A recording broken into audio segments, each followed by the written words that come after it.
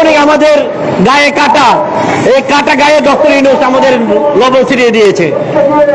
সে মুসলমান দাবি করে, সুদখোর মহাজন, সে কিভাবে একজন মুসলমান দাবি করে ইসরায়েলকে 100 কোটি টাকা দেওয়ার প্রতিশ্রুতি দিয়েছে। আমরা এর তীব্র নিন্দা জানাই।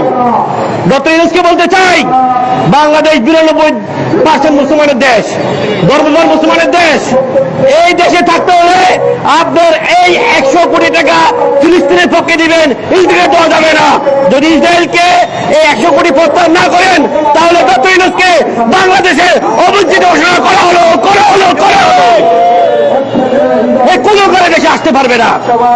যারা মুসলমান রক্তের সাথে গাদ্দারি করে, যারা মুসলমান ইমানের সাথে গাদ্দারি করে, যারা দেশের সাথে গাদ্দারি করে, তারা এই দেশে তার কোনো স্থান নাই, স্থান নাই, স্থান নাই। সংগ্রামী সাথী ও বন্ধুগণ, আমরা আবারও বিশ্বের সাধারণ দেশেরকে আহ্বান জানাবো, বাংলাদেশ সরকারকে আহ্বান জানাবো, আপনারা ফিলিস্তিনের পক্ষে, গাজার পক্ষে এখনই তার সেনাবাহিনী বাড়ানোর ব্যবস্থা করেন। আজকের এই প্রোগ্রামকে সফল করার জন্য সকলকে ধন্যবাদ জানিয়ে আমার বক্তব্য শেষ করছি। আমার তৌফিক ইল্লা বিল্লাহ। কাশি আসতেছে।